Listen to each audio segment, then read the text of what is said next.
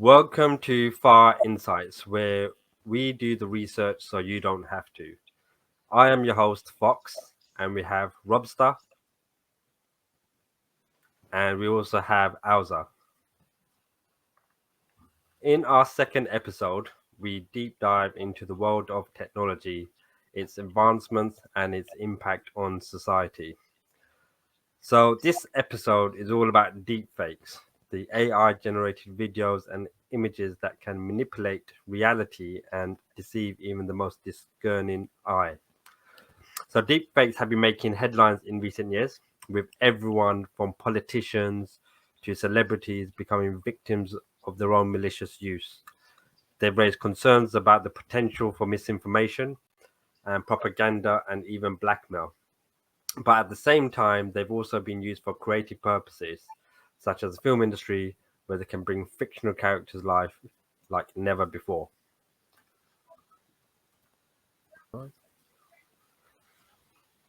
So, in this episode, we'll be exploring the world of deepfakes, an introduction, what is deepfake, what it's being used for, and their potential impact on society and the ethical concerns that surround them. So sit back, relax, and join us whilst we dive into the fascinating world of deepfakes. So let's start off with a quick introduction to deepfake. We're not going to go into the technical details of it, but at the high level, I think you and I think we all know that deepfakes used are kind of medias that use a bit of artificial intelligence to manipulate audio, video, or images. I think they're created by training machine learning algorithms with lots of data sets from real audios, videos, or image content, and then using this knowledge to generate new content that's often indistinguishable from the real thing. I think the term deepfake comes from a combination of deep learning, where we have a type of machine learning that uses uh, kind of networks of lots of data and analysis of that data, and obviously with the word fake. And I think deepfakes can be used to create convincing fake news, hoaxes, and propaganda, or to create fictional scenarios or entertainment. And I think one of the most common things that we all kind of know or associate deepfake with is the face swapping, where there's one person's face that is replaced with another person's. So I think this technique can be used to create funny videos or memes, but there also is the dark side of it. It can be used for malicious content. And I think some of the examples we're going to go into later on, we'll be able to see how deepfake has been used for fraudulent activity or even to spread false information um, um, um, perpetrating politicians or public figures. However, I think deepfakes are not inherently bad, but they can be used for creative purposes, such as in the film industry, where they can bring fictional characters to life like never before. And there are potential applications for deepfakes in the fields, like also medicine and education, which is being explored at the moment, where they can be used to create realistic simulations. So, Alza and Robstar, your perception of deepfake, what's your views on it? Yeah, I think the concerning thing is, so at the minute, um, like some of the stories that you would have read or heard in the news, concern is this is we're at the infancy at the minute. So over time, it's like at the minute, if you look at certain images, you could kind of see like that there is certain fakeness to it. But over time, once the technology evolves and it becomes like it looks pretty much real and it looks genuine, what happens then? That is the point. So at the minute, you could kind of define if it's fake or not. But once technology evolves, and then there's going to come a point where you can't define if it's real or not. That's going to be the scary part for me. I absolutely agree. And I think the scary part, 2023, we're going to see some examples later on, which was only done a few years ago. And if you use Moore's laws in terms of the technology evolution, where every can't remember the actual term, where every year or so technology advances by tenfold. We're at the elms of technology era where we have lots of data and we don't know what the capability is for deepfake, even with the metaverse as well. Robster, what's your key takes on deepfake as a quick introduction to our members? Me personally, I think give it about another 2 to 3 years, and deepfakes will be perfected. If you look at the deepfakes now, especially in the payment industry, you literally you can't tell the difference anymore. From a visual point of view, when you see it for the first time, you will accept that this is who that person is. So, like we'll be looking at later, probably use some examples of former President Obama, etc. You cannot tell the difference in 2023. Me personally, I think the deepfakes are 85 to 90% perfect, and by 2025 it will be perfected. And this is where the danger is. It's like the internet. The internet is used for good and is used for bad. And same with deepfakes, it's going to be used for good, and again, it's going to be used for bad, unfortunately. And I think one of the hardest things that most people like you and I in the public we may find is how do you spot a deepfake? Even I tend to forward a lot of WhatsApp messages or videos, and then even today, Alza in our WhatsApp group, was it yesterday? We said, was it deepfake, the video?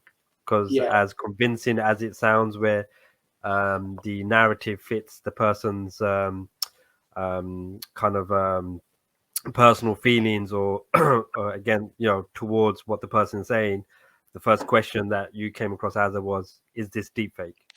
So I think it was it Rishi Sunak, where Rishi Sunak, where he mentioned in Parliament, where he was talking about, with immigrants, if there was to come over here to enjoy our modern slavery system, Yeah.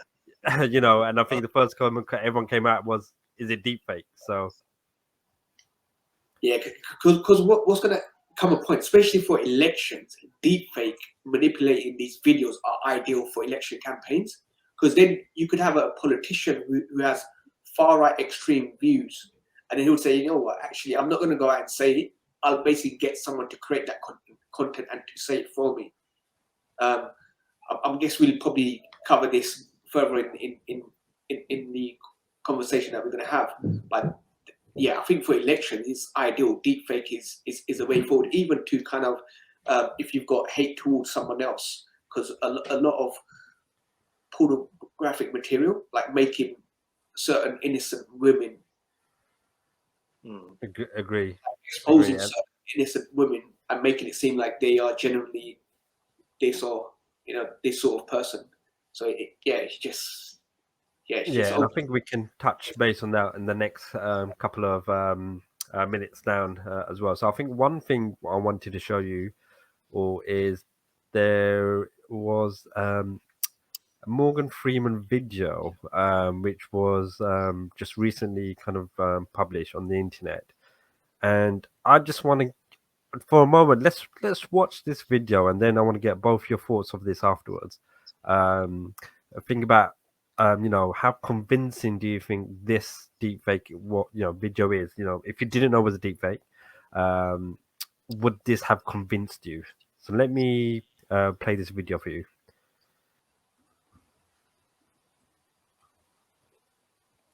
Ready? Go for it. I am not Morgan Freeman. What you see is not real. Well, at least in contemporary terms, it is not. What if I were to tell you that I am not even a human being? Would you believe me? What is your perception of reality? Is it the ability to capture, process, and make sense of the information our senses receive? If you can see, hear, taste, or smell something, does that make it real? Or is it simply the ability to feel? I would like to welcome you to the era of synthetic reality. Now, What do you see?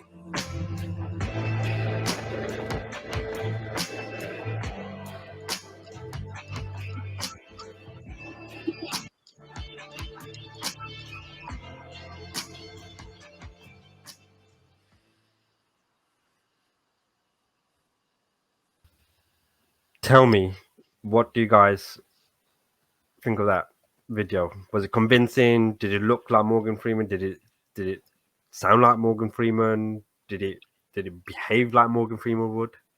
I think watching that video, so in terms of his voice is completely there, 100%. But if you look at it, if you look at it more closely, you could see his limp is kind of out of sync. But that's because we have the knowledge and understanding of deepfake. We know we live in a technological world, and there can be deepfake videos. But if you're in a part of the world and you don't really have the understanding or the knowledge of a deepfake, and then a video like that is circulated, like you've never known anything any different. So I think for those people who see these videos, they'll be 100% convinced whatever the message is, even like the message might be completely against what that person stood for X number of years. But when they see that video, they'll be completely convinced because they don't really understand the concept of deepfake. As for us in the Western world, we have that understanding. So even now, if a politician or someone of influence said something, even though if he genuinely said something, we would kind of question it. A bit like the point that you made earlier with Rishi Sunak with that video in Parliament, where he basically said these asylum seekers are coming and they're looking to tap out the modern day slavery system. I'm like thinking, wow, for him to say that in Parliament. So even like me watching that video, like I was convinced it was a genuine video, but at the same time, like thinking, anything and everything can be manipulated now.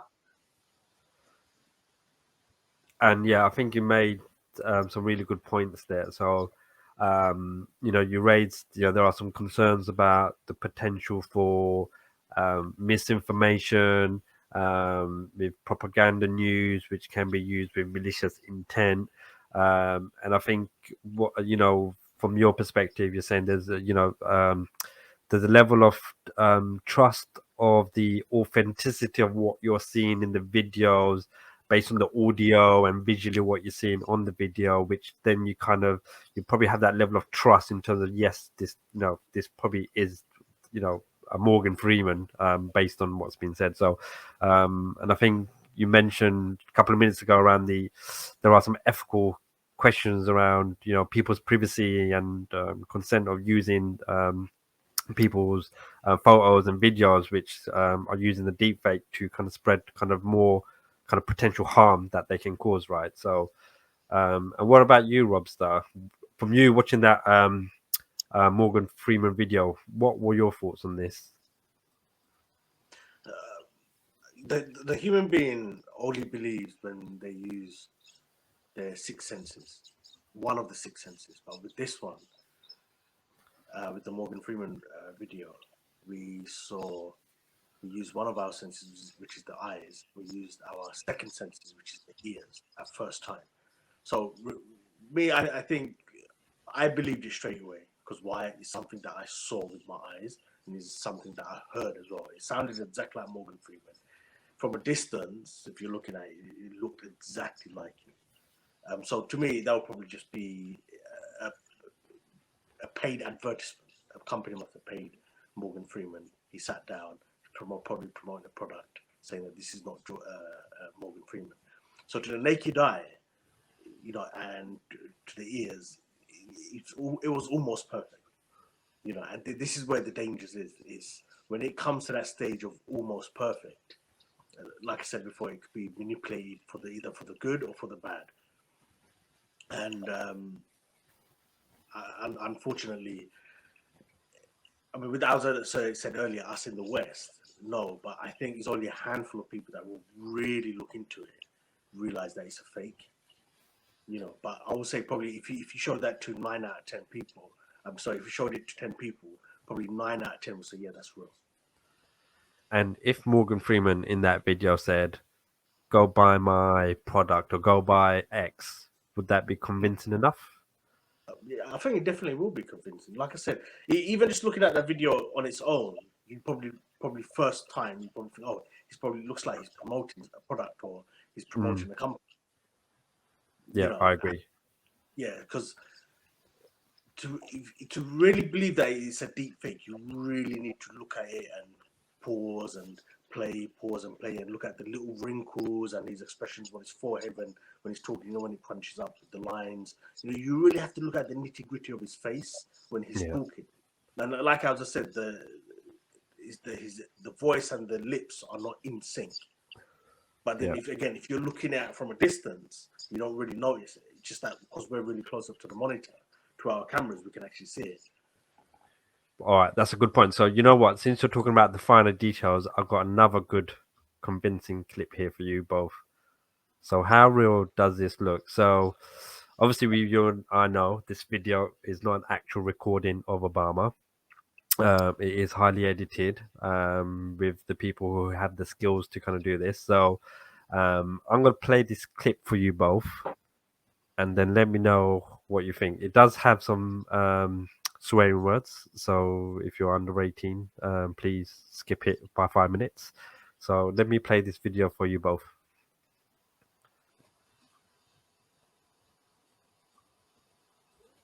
We're entering an era in which our enemies can make it look like anyone is saying anything at any point in time, even if they would never say those things.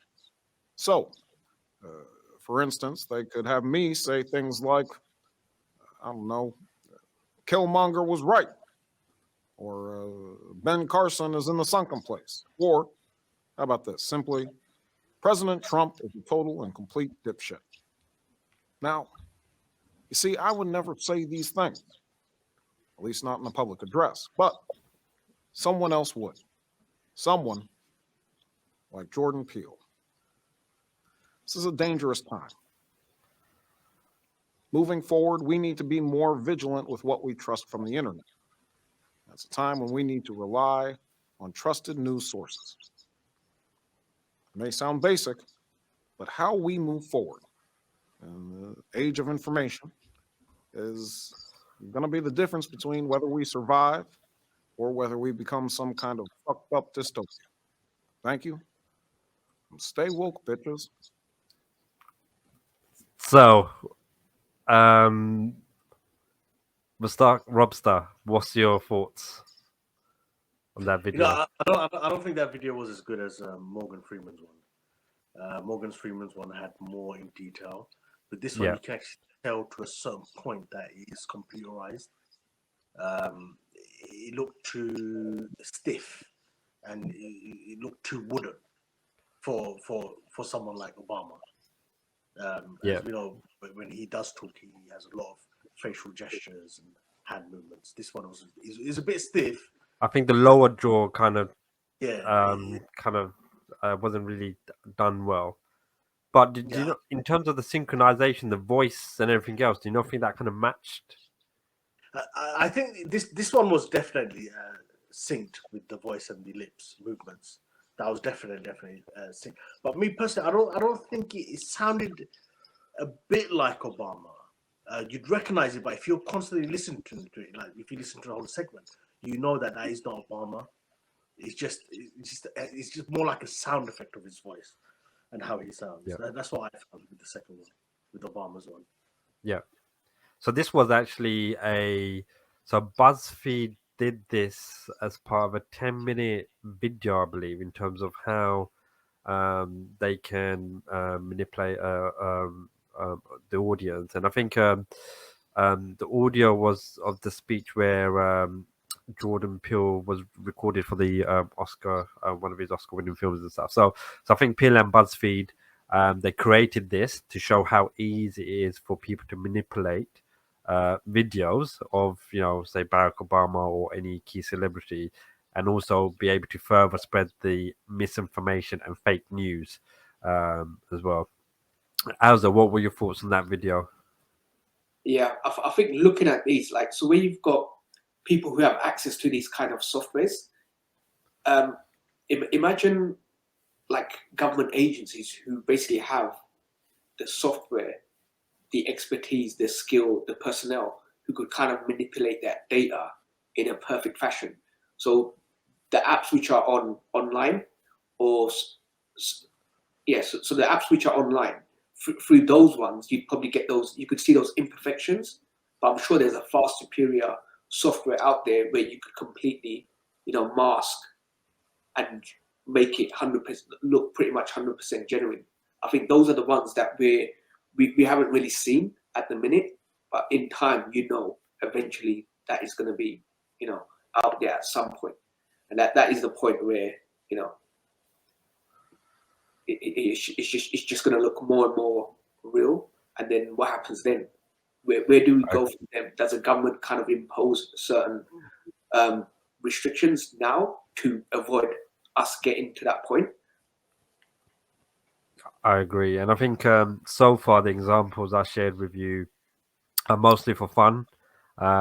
We've seen it being used with key celebrities who trying to kind of demonstrate how you could use deepfake technology to manipulate characters of different people and be able to use the tone of their voice. So I think we can now go into the the dark side of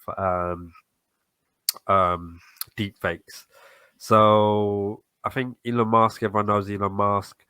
There's a number of videos out there of him and stuff. So one I think one event which caught, I think Alze was your one of the links you shared to me was it had in there how a video of Elon Musk endorsing a certain cryptocurrency spread like wild on YouTube, and it was looking to influence people to deposit money into their kind of crypto platform. So I want you both to have a look at this and then let me know how convincing do you think that this would be to you if you was in the crypto industry. So we all know in the crypto industry there's a lot of fake news out there. There's a lot of you know fraudulent activities, but some fraudulent activities going on there and stuff as well. So let me play this and then tell me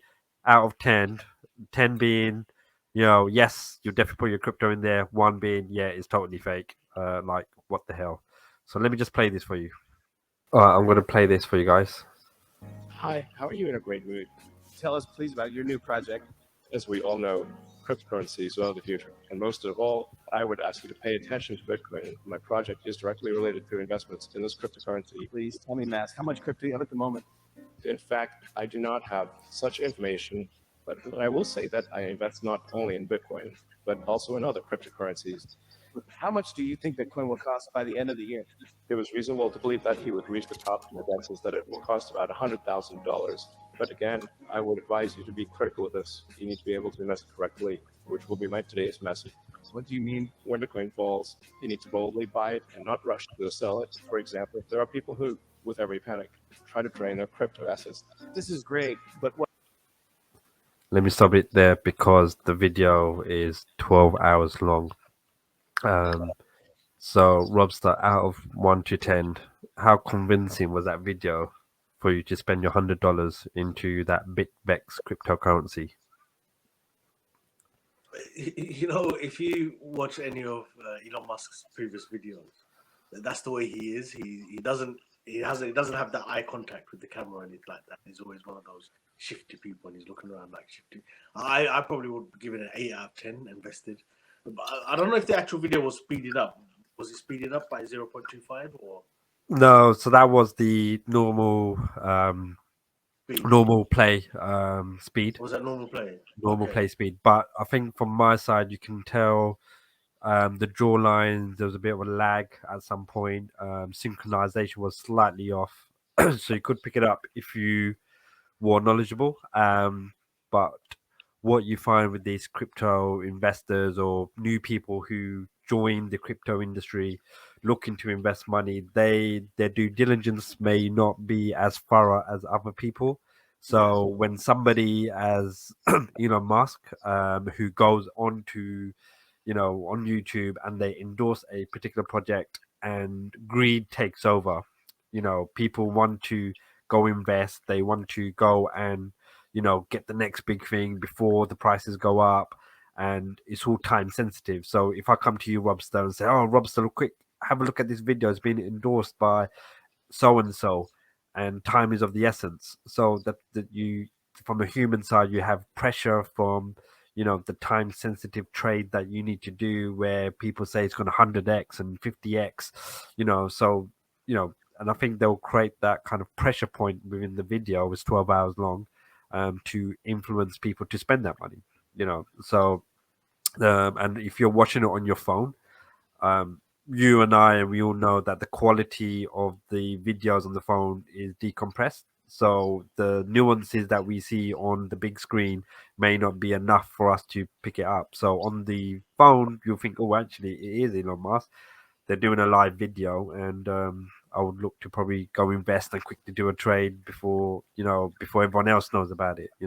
Yeah, I think if someone comes new into the crypto market and they've got a few £100 or a few $100 to invest, I think they will fall for it without any question. But if you're one of those who've been into the crypto market for a while now and have quite a lot invested into it, then someone like myself, I'll do more research into what actually happened, what actually Elon Musk did say. But again, someone every day there's probably millions, maybe millions around the world who are coming new into the crypto market, and it's those people that they're trying to target. And with Elon Musk, if it was probably with someone else, I probably would have not invested. I probably would have said 2 out of 10. But because it's Elon Musk, and we know, when he talks about Bitcoin, we know that Tesla invested in Bitcoin, or same as Dogecoin. So he does have an influence on the prices of cryptocurrency, as we've seen previously. So if it was someone like, I don't know, maybe a Logan Paul or a KSI, then maybe I would have been skeptical and stand back, probably give it a 2 out of 10. But because it's Elon Musk, he carries a lot of weight, and probably be an 8, maybe even a 9 out of 10. If the lip synced a little bit better and the speed was a bit more slower on the actual video, then probably I would have done a 9 out of 10. I agree. Auza? Yeah, I think with any sort of investment, so if you're an average Joe, got a few hundred quid in your account, looking to invest that few hundred quid, you can't really rely on like someone like Elon Musk to say, bet on this certain cryptocurrency, because he's got deep pockets. So in the short term, if there are losses, he could sustain those losses. But as for you, the average guy on the streets, you can't sustain those losses. So what I would say to investors is, if you're looking to invest your money and you look at a certain video like Warren Buffett or Elon Musk or any other high profile individuals, if they endorse a certain thing that you should do, at that point, the news is late.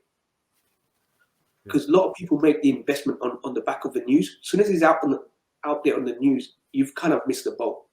There'd be very few people who could, once the news is out there, it's circulated all over the world, you make an investment, most likely you'll end up losing a lot of money, because there was that frenzy a few years ago with Bitcoin, when Bitcoin was at 60,000. And then a lot of people came, there was a lot of articles in the news saying, Bitcoin could hit 120,000. And then even within my circle of friends in the WhatsApp group, everyone's like, yeah, we should make that investment in Bitcoin. I'm reading all these messages, I'm saying, nah, stay away. You need to stay away, because the message is out there, it's late. And then going back to that point, Elon Musk, even though if he endorses a certain currency, because sometimes these are volatile markets that you're investing in. So in the short run, even though if you're losing a lot, for him it's fine, as in he could sustain that loss. But you who've invested a couple of hundred here, psychologically, when you look at your portfolio and think, shit, it's down 50%, it's down 60%, it's like you can't sustain those losses. Mentally, it's a different game for you. So looking at those videos, it is quite scary, because a lot of people think, Elon Musk said it, let's go endorse it. But it's a dangerous game. It's a dangerous world out there as well at the same time. So I think things are just going to get more nasty, more ugly. In time, it's just that, you're just going to have to just do your due diligence research on the market. Yeah, I agree. And as a disclaimer, sorry, as a disclaimer, this is not financial advice, so please do your own research. So yeah, go. So I think the main question, Alza, out of 1 to 10, how convincing was that video? I think out of the 3 videos, I think for me that one was the most convincing one. Although Okay. certain parts of it you could see it, but when you're looking at it and you think, wow, Elon Musk endorsed that, you probably just skip the rest of the video and probably open up your trading platform and hit that buy button And then hit the button, yeah. Robster, It's you going wanted to be to one say of the something? pump and dump schemes, isn't it? That's the most scary thing. Yeah. Where if you get someone famous, especially of Musk's stature, to back it, then of course that £50 you probably buy £500 worth, and then 24 hours, 48 hours later, then you've realised, oh my god, this was a deep fake. By that time, the stocks plummeted 99%, and the ones who are behind the actual scheme, I have hit the millions, hundreds of thousands, and millions, and this is where the danger is. And unfortunately, because this is more of a cyber crime, and cyber crime laws around the world are very, very weak, regardless of whether you're in the West, whether in the Middle East, Asia, Australia, it doesn't really matter. The cyber crime laws, there isn't really much to protect the consumer or the individual. I think, yeah, cybercrime laws. I think that's something we could probably touch at the end, but I think it's a good point. Who is there to regulate the deepfake AI industry? Is it up to the government? And if you do fall foul to one of these deepfake videos as fraudulent scam, who do you call? The police? And what do you do? Um, so we kind of touched base on the video around the crypto scam. This is one of many, and upon investigation of this one, I think this fake BitBEX cryptocurrency trading platform, which was being promoted by the deepfake Elon Musk, said that people can earn up to 30% returns on their crypto deposits. And upon my research before, I think there was only $1,500 or something within that blockchain wallet that was there. So some people may have fallen foul to it, but not many, which is good. But the most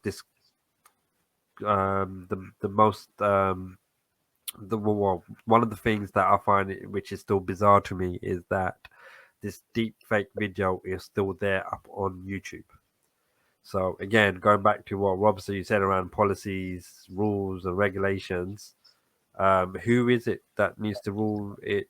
If we're sharing deep fake stuff on the platform, is it for users to identify it as deep fake and then YouTube removes it and stuff? So, but yeah, I think questions remain.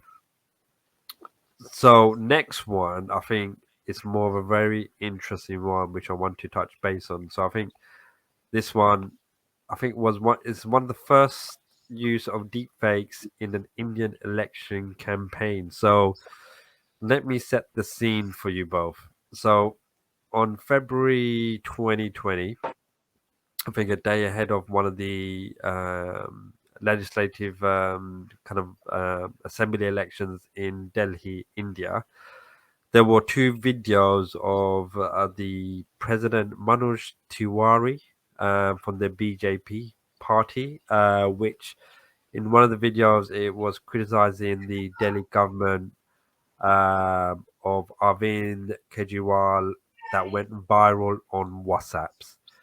So while on one hand there was the original video, and on the other hand there was a video of him with the voice being translated to English. He mentions a few things in that video. And I think the video was fabricated and was widely disused by a large kind of, I think it was the, apologies if I get this wrong, if I say it wrong, is Haryanvi speaking workers in Delhi, who then was dissuaded for voting for the rival politician party. And I think according to a couple of the news feeds that were there, I think these deepfakes were distributed around across 5,800 WhatsApp groups in Delhi, which is a lot, and it kind of reached. All right, let me ask you, Bob. How many people do you think this video of this fake politician reached? Give me a number. I don't know, Alza. Give me a number. What's the population of India, roughly, you reckon? That's going to Billion? require Google search. Let me Billion? Google it. 2 billion, let's say. 1.2 billion. So 1.4 billion as of 2021. Because, So okay, so I reckon probably 300 million. 300 million. Okay. So remember, this is in Delhi. Robstar, how many people? Because it's in Delhi, I don't think it went outside of Delhi. I'll probably say about 5-6 million within 48 hours. Okay, so I can say both of you was wrong. So it was in the region of 15 million people. So this deepfake video, which I'm going to show you both shortly, reached 15 million people in India. And that's enough for people to then make their own decision to kind of influence a person who's voting for a party to vote for alternative party as well. So, and I think there's got loads of questions that we can probably ask around afterwards. But let's have a look at the video itself first.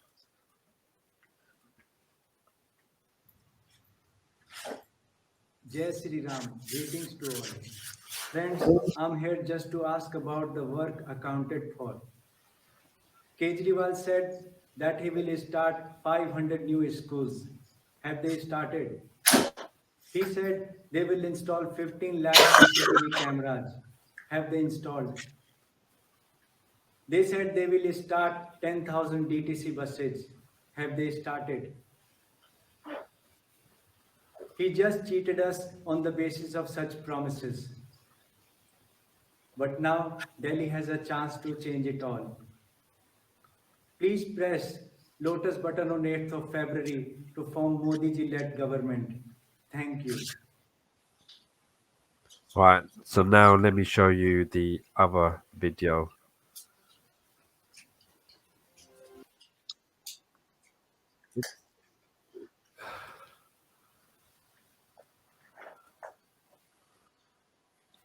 Oops.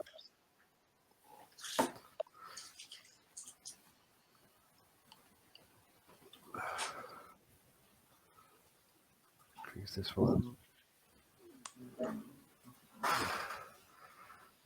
बधाई हो आप सभी को, क्योंकि अभी अभी नागरिकता संशोधन बिल राज्यसभा से भी पास हो गया और इसी के साथ जो पाकिस्तान में, बांग्लादेश में, अफगानिस्तान में हिंदुओं के साथ, सिखों के साथ, जैन धर्म, बौद्ध धर्म, पारसी, क्रिश्चियन, इनके साथ जो अत्याचार हुआ, बहु बेटियों की इज्जत लूटी गई, जो वहां से भाग.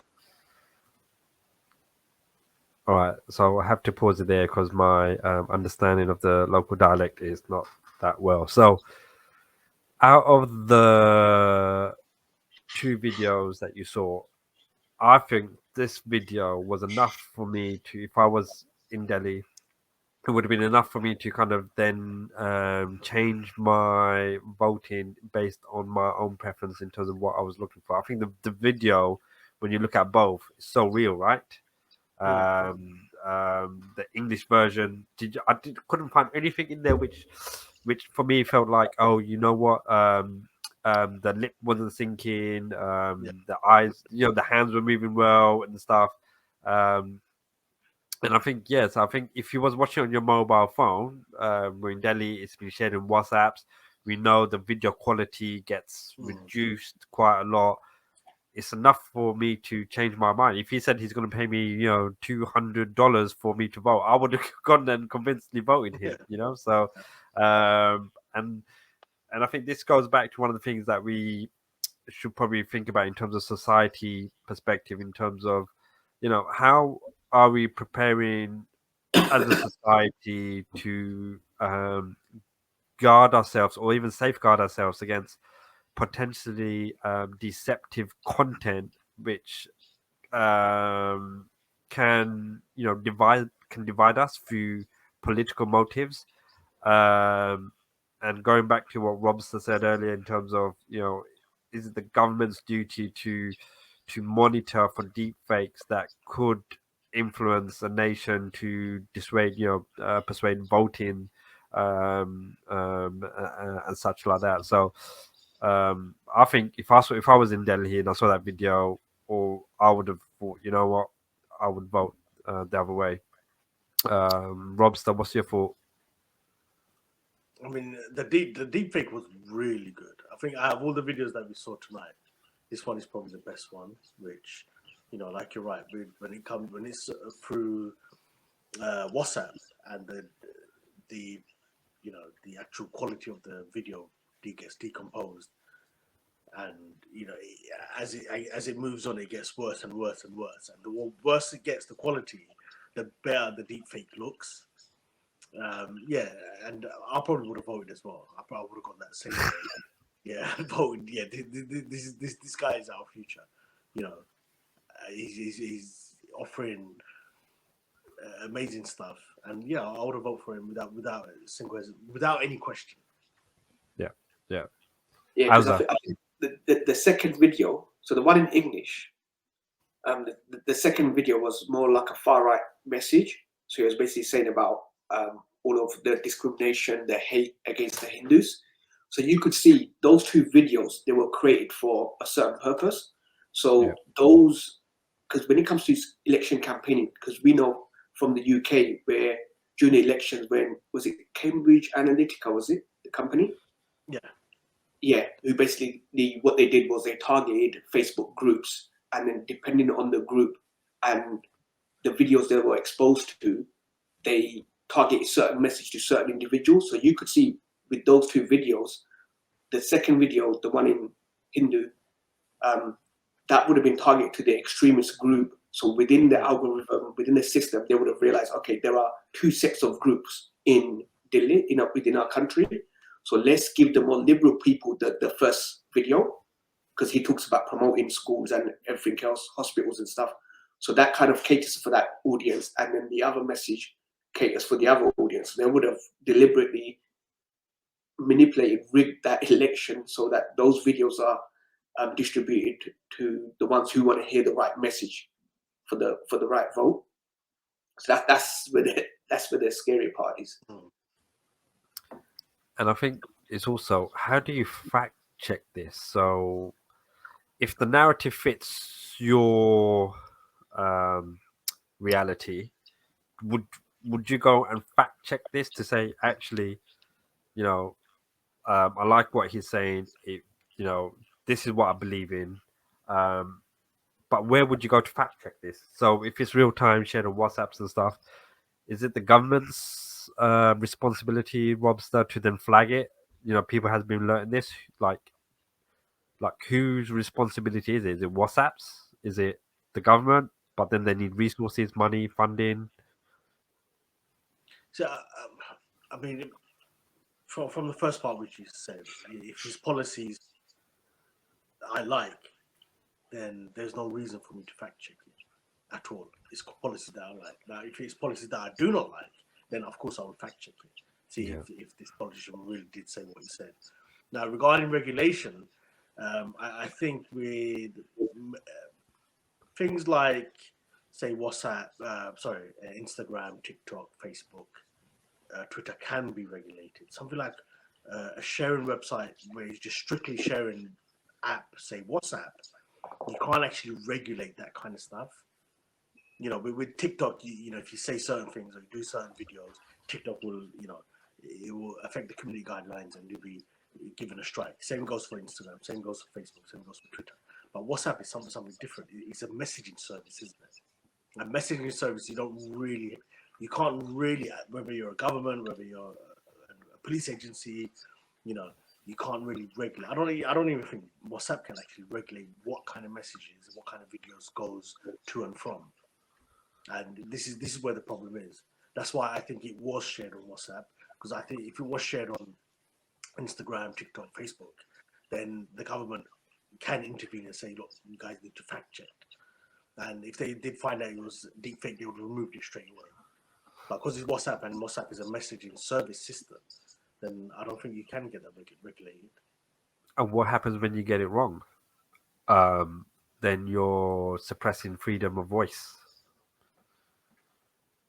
But see, that one is that's where the problem is. That is actually great. Now, you have to investigate in the first place to see if it's right or wrong. But the most important thing is it has to be investigated. Now, So let me play the question devil's advocate, Robster. we can't So even. let me play the devil's advocate. So I'm Twitter. I've just sacked a whole bunch of people, which we talked about in our first episode. And I think even as of this last week, I think they're talking about they don't really have a HR department. So am I really going to spend money to put in a team, say compliance or whatever you want to call them, to kind of look out or monitor for deepfakes, knowing that I've kind of cut a lot of number of people, need to make money, and is it Twitter's responsibility, or would Twitter then say, actually, it's not my responsibility, I will leave it up to the government? What would you do if it was Twitter? What would you do if it was Elon Musk? Okay. Let me give you an example. Apple, they have their charger is, I think it's called the Lightning cord. Like, they don't have the USB-C. Yeah. But since its iPhone's inception, they've had their own version of the charger. Now, from 2023 September of this year, Apple, by law, with the intervention of the EU, have said to Apple that you have to change your chargers from a Lightning to a USB-C. Now, Apple could simply turn and say, no, we're not going to do it. It's going to affect our profit. But law is law, isn't it? Once the EU comes in and say, okay, this is the law, you break it, there's going to be consequences. And this is where I think the problem is. The government, they're not taking this as serious as it is. Because if they was to turn around to all the major platforms and say, all right, regardless of how many people you've lost, we're going to implement a law. The law states that you must have a department that looks into deepfakes. And if you don't, then there's going to be consequences. And one of the consequences is going to be we're going to give you a hefty fine. And that's the same thing that the EU told Apple.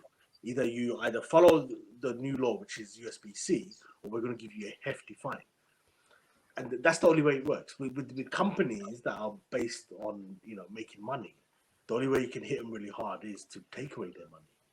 Yeah, it can be regulated, but I think with the influence of these tech companies that has over government, the government will, regardless of what type of government it is or what country it is, the government will always drag its feet.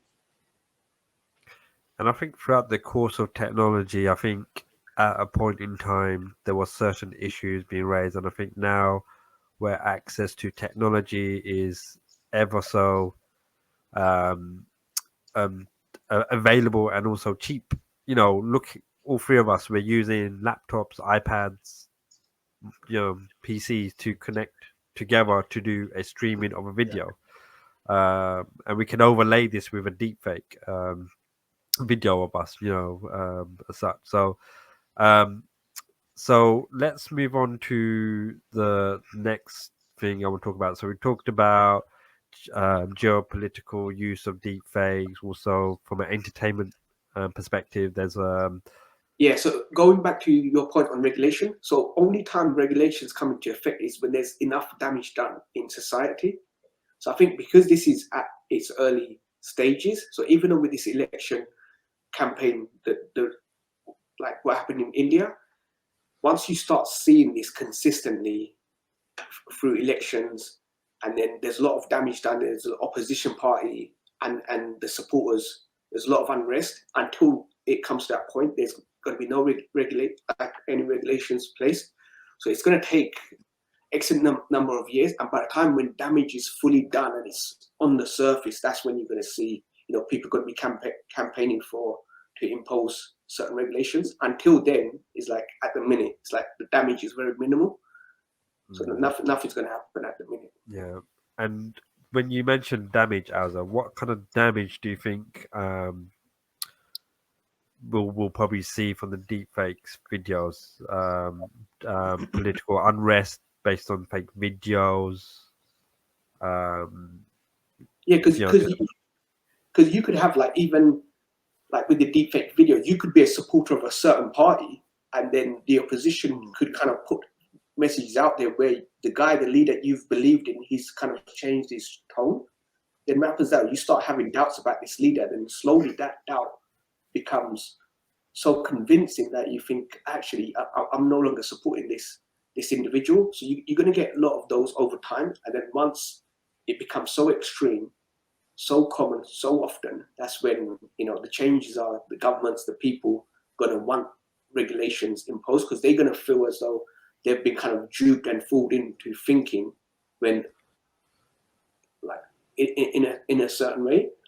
So this is like, it's going to be a lot of it's going to be X amount of years in the process. But I think we are far from it at the minute. So let me give you an example of a journalist. Her name is Rana Ayub.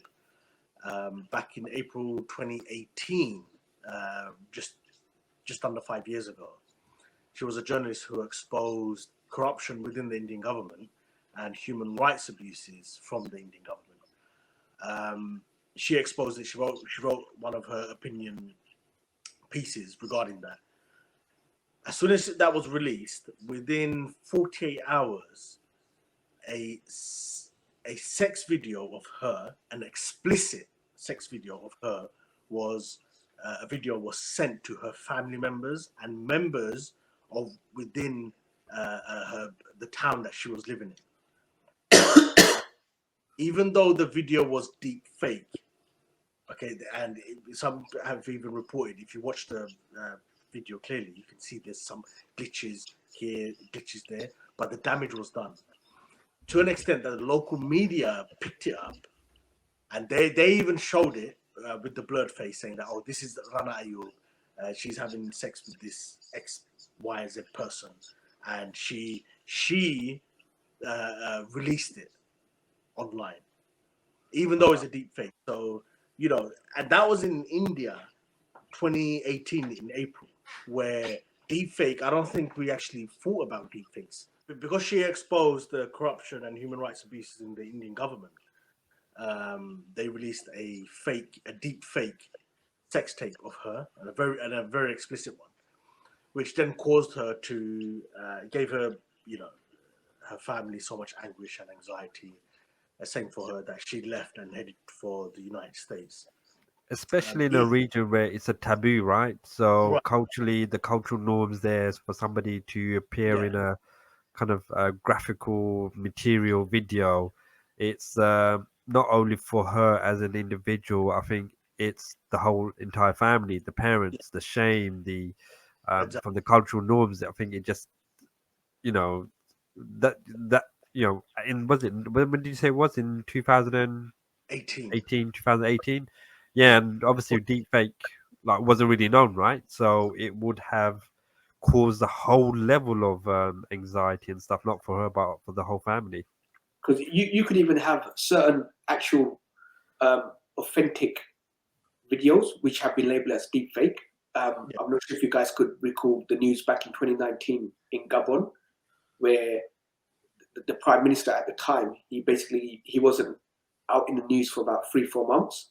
So where he wasn't out in the news for 3-4 months, people started questioning where is our leader, and then he had a stroke at that time, so he wasn't out campaigning or anything like that.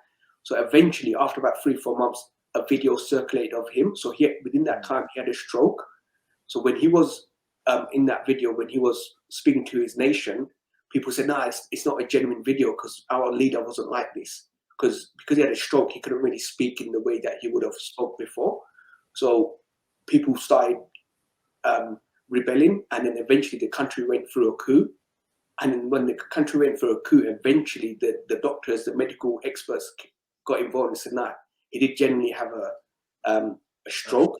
And then eventually the coup got kind of toppled. But you get genuine stories like that where people label it as deep fake. No, I agree, and I think that was a good example there, Robster. So I think we've touched upon a couple of points around um, geopolitical use cases and stuff, but also used from the entertainment areas. We all know that CGIs and everything are being used, and and I'm not going to go into that level of detail in this podcast, maybe for another one. But so I think the next one I would talk about for organizations, for big corporate businesses and stuff. What are we seeing out there where deepfake is being used to fraudulently kind of make fraudulent activities against businesses? So I think this one was a very interesting one, which kind of all three of us, I think, it kind of drawn our attention to, and I think this was one of the first use cases of artificial intelligence generated. It was a voice deepfake, which was used in a telephone scam, and it was successful, and it's beyond belief. So I think what happened here was, let me give you a quick download. So I think there was the CEO of a UK-based energy firm believed that he was on the phone with his chief executive of the German entity of the company, and he followed the orders of the person on the other side of the phone to transfer around, I think it was 220,000 euros, which was equivalent around 243,000 US dollars, to a bank account of an Hungarian supplier. So the CEO of the UK entity of this UK energy firm believed that the other person was the chief executive of the German entity. So the way that this fraud happened was that the UK CEO recognized the voice of the German accent of of his boss from Germany, and based on the recognition of the voice, he felt that from the voice that there was authenticity, trust already there. And when the fraudster made the phone to the company and got the CEO, and he was able to manipulate the CEO to initiate the transfer, uh, and and transfer that money out. And I think it wasn't the first time. I think after he did the first transaction, made the transfer. I think then the second one, he tried to make another claim that had been reimbursed or something, and then he did another one, third time, seeking a follow-up payment. So I think it was trying his luck as well. So yeah, and then when the payment, when the first transfer was already been made, it went from a Hungarian bank account to one in Mexico, and then went to different locations to hide the audit trail of the payment. So was a weird one, where just because somebody phoned him, he felt that there was a lot of trust and authenticity around the voice of that one, and he would manage to get away with that amount of money as well, which was bizarre. So, in my opinion, what are your thoughts on this, Robster? I mean, imagine if there was a deep fake video of the CEO of, say, Morgan Stanley or JP Morgan's, who's at a party drunk and telling everyone, oh, the banks are, going down the toilet, all the shares are fake. Imagine JP Morgan CEO drunk saying that, but it's actually a deep fake video. What would happen to the economy, the stocks? Everything will literally collapse, isn't it? It will literally collapse. And this just shows the dangers of deepfakes and how important it is for the financial industry, all types of industries, as well as mainly the governments, to get involved to try and stop this kind of thing. Because if this person got away with $240,000 with a deep voice, imagine if we saw a deep fake video of, let's say, JP Morgan CEO, or even of Elon Musk, trashing Tesla. And we know it takes one tweet from Elon Musk and the shares of Tesla dropped by 10, 12, 15%. I mean, we saw it in the past. Now imagine if there was a deepfake video of Elon Musk trashing Tesla, saying, for example, he turns and says, oh, I will never buy a Tesla. I'll buy the new electric Mercedes or the BMWs. I think you just explained the crisis back in 2008. Say that again? I think what you've just said, the deep fake, Uh. it happened back in 2008, financial crisis. I'm not sure about that bit, but what I'm saying is That was a genuine deep fake. was it? Yeah, you can touch on that one, but what I'm saying is, you know, if it was a CEO of a major financial institution was to say, you know, a video of him at a party drunk and saying that all these stocks are a shambles, you know, it's a scam, we're heading for a recession, we're just not telling the people, you know, the consequences will be very, very dire for the stock market. Yeah. And Alza, what about you? Yeah, I think it's quite scary, right? What Rob Sal just said. Imagine if that did happen, right? By the time, and that stuff you can't really undo it. Yeah. Once everything starts plummeting, that's it. All Yeah. the friends are going to take over, and then I they agree. probably make it out it's genuine, and it's not a deep fake no more. I mean, I don't know if you remember when Elon Musk first, you can actually buy the verified blue tick. And someone bought it and put down, I can't remember the name of that medical company, where they sent a tweet that said, you know, insulin is free from now on. And the stock, I think they lost about, Plummeted. about $4 or $5 billion from that one fake tweet. Now imagine a deep fake video, you know, of Elon Musk mocking Tesla. It's game over for that day or so. It's game over for Tesla. And even if they do find out it was a deep fake, you know, the damage is so enormous that it could potentially take years to rebuild that stock value again. Yeah, So- and imagine the investors. Yeah, exactly. The investors will.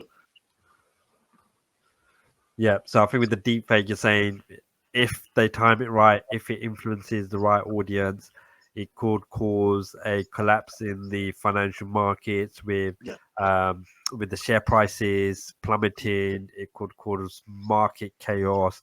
It could also be systemic risk across the whole UK.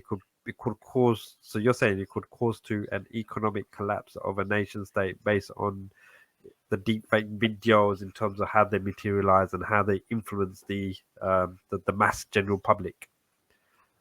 So, and I think it's all about timing. You know, if people are fed up with something, and when the deepfake video goes out, it could just be enough just to sway people the other way. So, and I think based on that video, the article that we saw around the 240,000 K, there was another one where so this one gets even weirder and weirder.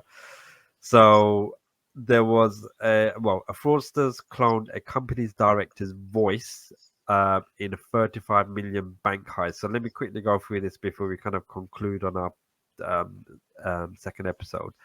So back in 2020, not too long ago, a bank manager in the Hong Kong region received a call from one of its internal kind of directors, which he recognized from the voice, who had spoken to before, and and based on what he said was the director had some good news for him. So the director said, "Hey, we're about to make a new acquisition. It's mergers and acquisitions, M&A, and we got to keep it hush hush. So we're gonna need to transfer the money, around 35 billion over to this bank account X, Y, and Z." And then they hired a lawyer who was hired to coordinate the procedures, and the bank manager could see in his inbox emails from the director, whatever, confirming what money need to be moved where. So I think within the bank they have procedures around, having some oversight on that one. And considering the person on the receiving end, he thought it was a legitimate director internally, they started to make the transfer. But what he didn't know was that he was duped as part of a elaborate scam, a swindle, which one of the forces used the deep voice technology to clone the director's speech, and and I think the investigation, I think around the heist, I think UAE, they were looking at different entities who got involved, whether it's an internal fraudulent scheme or they looked at all possible possibilities and stuff. And I think you know for somebody to nearly get away with that amount of money, it's just unbelievable. And just using the voice, and I think how powerful it is. What we talked about in the previous one is when when you speak to somebody and you recognize that voice habitually as a person, you kind of think, oh, that voice, I recognize it, I build trust around it, there's a relationship I have with this person. And I think sometimes this it's just what it is. So it's just weird. So um that's what one thing I just wanted to kind of share. Like AI is not just the visual side. There's also the voice side. We get a lot of voice phone calls, even voice notes on WhatsApps. Yeah. Auser could pretend. Somebody could pretend to be Auser and send me a voice note, thinking, "Oh, he's stuck in a different location. Send me $200." I'll be all right. Here you go. So, but yeah. So this was an interesting one. So we're covering the high level stuff there as well. So just to conclude on our kind of episode 2 podcast, are deepfakes taking over the world? And I think we've seen some good examples being used by industry Hollywood kind of movie sets where they used deep fakes to kind of see what they can do. We've seen some examples of what people can do with softwares, pretending to be politicians, or even Elon Musk in fraudulent activities from a visual side using videos and stuff, and also looked at audios in terms of AI voice in terms of making fraudulent activities and stuff. And obviously, with all of this stuff, the way the technology has evolved over the past number of years, you can now upload and click to then change a video of me to be Tom Hanks or anyone else to then promote a certain video and stuff. So, and I think, are deepfakes taking over the world? I think that's one of the questions we're looking to answer. And I think before we all conclude, Alza, what would be your answer on this question? Are deepfakes taking over the world? I think over time it's going to kind of rule the world, because then it's going to come to a point where once the software becomes so genuine, you won't be able to distinguish between what is real, what is not. And then after that point, then I could see the government's going to get scared, thinking, "Oh shit, it's our government on the line. We need to kind of make a representation for the people." So until that point comes, I reckon it's just going to get more messier, more ugly. Yeah, we live in scary times, and it's going to get a lot more scarier. Thank you, Robster. Well, I agree with Alza. I think it will take for governments to act on regulation of deepfakes. Something major needs to happen, like something that affects the economy.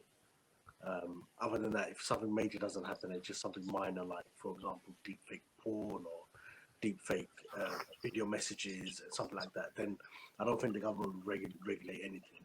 But when something major happens that really affects the economy of certain countries, that's when the government will react. And unfortunately, it shouldn't be like that. The government needs to react now before it gets worse. I mean, you just have to look at some of the filters on TikTok and how amazing those are. Like, the other one I was looking at was Bold Glamour. I don't know if you saw that, where it automatically shrinks your face, contours your face, puts makeup on your face, and you can actually talk while it's there, while the actual filter is on your face. It's absolutely amazing. You guys should give it a try. I've actually used it myself, and I think Yeah. it's a shame we don't have the filter right now. So, Yeah. So and this is a filter on TikTok, a social media app. Now imagine once with technology, like I said in the beginning, 85-90% there, and it'll probably by 2025, even earlier maybe, it'll probably be 100% perfect. And unfortunately, it will take a major event for governments to act, and by then it will probably be way too late. Yeah, and I think so. I am of the same opinion as both of you, and I think you can, if you have an Android phone or a iPhone. You can use an app. There's some free apps. You can even pay. If you pay, you can get some really good quality deep fakes. So there'll be criminal groups out there, even nation states. I don't think we even touched upon nation states could use fake, deep fakes to influence certain groups of people, right? So, in the event of war or trying to propagate war and stuff, the governments can use it, not just individuals, because we've been touching base on the individuals. So maybe one of our future episodes, we can look around some of the deep fakes that the governments have used to persuade mass audiences. But yeah, so technology has, you can use cheap technology to create new deep tech, deep fake stuff. And then I think then there's a social divide. I think within the Western world, there are people who are educated enough also to look at some of the nuances of whether to make that judgment around whether it's deep fake or not. But then it's all based on the person's perception, in terms of how they will perceive that deep fake video as well. And I think with the Eastern geographic areas, if there's something that goes and meets the narrative, whether it's a political party or something, people that may influence people to kind of do what the deep fake content is telling them. So yes, so I think to answer the question, deep fakes over time will take over the world, and it will be very hard to spot what is a deep fake or not without rules and regulations in place, or even tags, or something needs to be flagged to say this is done by AI and deep tech. So with that, I think this is our second episode. Thank you all for tuning in, and I would like to say do like and subscribe and follow us, and we'll catch you in the next episode. So this is Fox saying goodbye. Robster, Good night. Auza, Catch you next time. catch you all next time.